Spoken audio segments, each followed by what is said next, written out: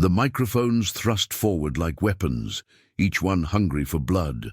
Muhammad Ali stood in the center of the media storm, sweat still glistening on his forehead from training, his eyes scanning the sea of hostile faces that surrounded him. It was 1967, and the greatest boxer in the world had just refused to be drafted into the Vietnam War. The reporters weren't here for sports. They were here for a public execution. Ali, do you realize you've betrayed your country? The first question cut through the air like a blade. How can you call yourself an American? Another voice, sharper, more venomous.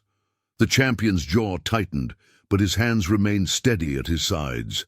He had faced Sonny Liston, Floyd Patterson, and every heavyweight contender worth mentioning, but this felt different.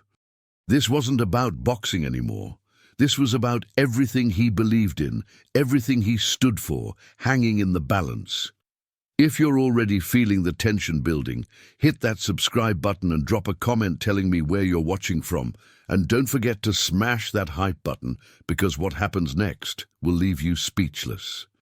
The gymnasium in Chicago's South Side had become a battlefield of words, cameras flashing like artillery fire, capturing every micro-expression on Ali's face. The air was thick with cigarette smoke and the metallic taste of confrontation. Behind the wall of reporters, curious onlookers pressed against the windows, their breath fogging the glass as they strained to witness history unfolding. The fluorescent lights overhead buzzed with an electric tension that seemed to mirror the charged atmosphere below.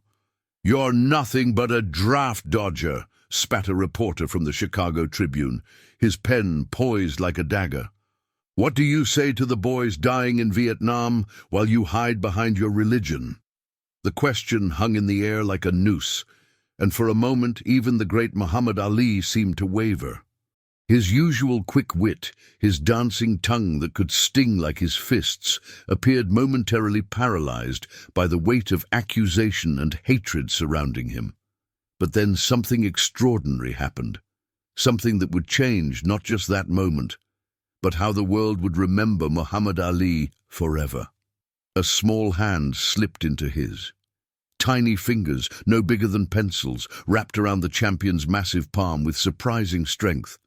Ali looked down to see a boy, maybe 7 years old, with wide brown eyes that held no judgment, no agenda, no hatred.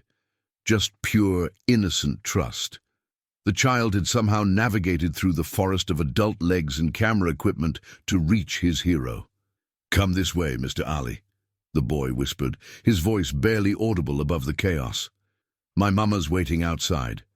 She wants to meet you." The entire room fell silent. Cameras stopped clicking. Pens stopped scratching. Even the most hardened reporters found themselves holding their breath as they watched the heavyweight champion of the world being led by a child who couldn't have weighed more than 50 pounds. The boy's small sneakers squeaked against the polished floor as he guided Ali through the crowd, his grip never loosening, his confidence unwavering. What happened next would be talked about for decades, but in that moment nobody could have predicted the champion's response. Ali's face transformed. The defensive mask he had worn against the media assault melted away, replaced by something raw and genuine. He squeezed the boy's hand gently and allowed himself to be led, his massive frame moving with surprising grace as he followed the child's lead. The reporters scrambled to keep up, their questions now seeming petty and small in the face of this unexpected turn. "What's your name, little man?" Ali asked, his voice soft enough that only the boy could hear. "Tommy," the child replied, looking up with a smile that could have powered the entire gymnasium. "My mama says you're the greatest, and I think so too." The champion's eyes glistened, and for a moment the man who had proclaimed himself the greatest looked like he might cry.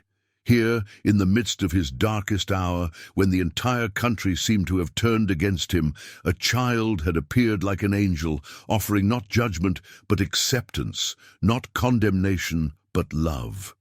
As they reached the edge of the crowd, Tommy's mother stood waiting, a young black woman in a simple dress, her own eyes reflecting the same kindness as her son's. She didn't ask for an autograph or a photo. She simply nodded at Ali with respect and understanding, as if to say, "We see you. We know who you really are." Are you feeling the power of this moment? If this story is hitting you right in the heart, drop a yes in the comments. I need to know you're still with me on this incredible journey. Ali knelt down to Tommy's level, his hands now steady again, his voice finding its strength. "Thank you, Tommy," he said, loud enough for everyone to hear. "You just reminded me why I do what I do. It's not for the reporters or the politicians or even the boxing fans. It's for kids like you, who deserve a world where people stand up for what they believe in, even when it's hard."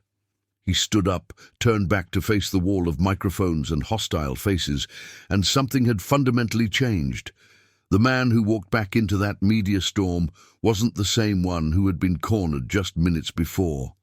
Tommy had given him something more powerful than any training regimen or fighting strategy. He had given him perspective. "You want to know why I won't fight in Vietnam?" Ali's voice now carried the weight of conviction, not defensiveness. "Because I won't drop bombs on brown children, while brown children right here in America can't even go to decent schools. I won't kill for a country that won't even let my people vote in some states, and if that makes me a traitor in your eyes, then so be it.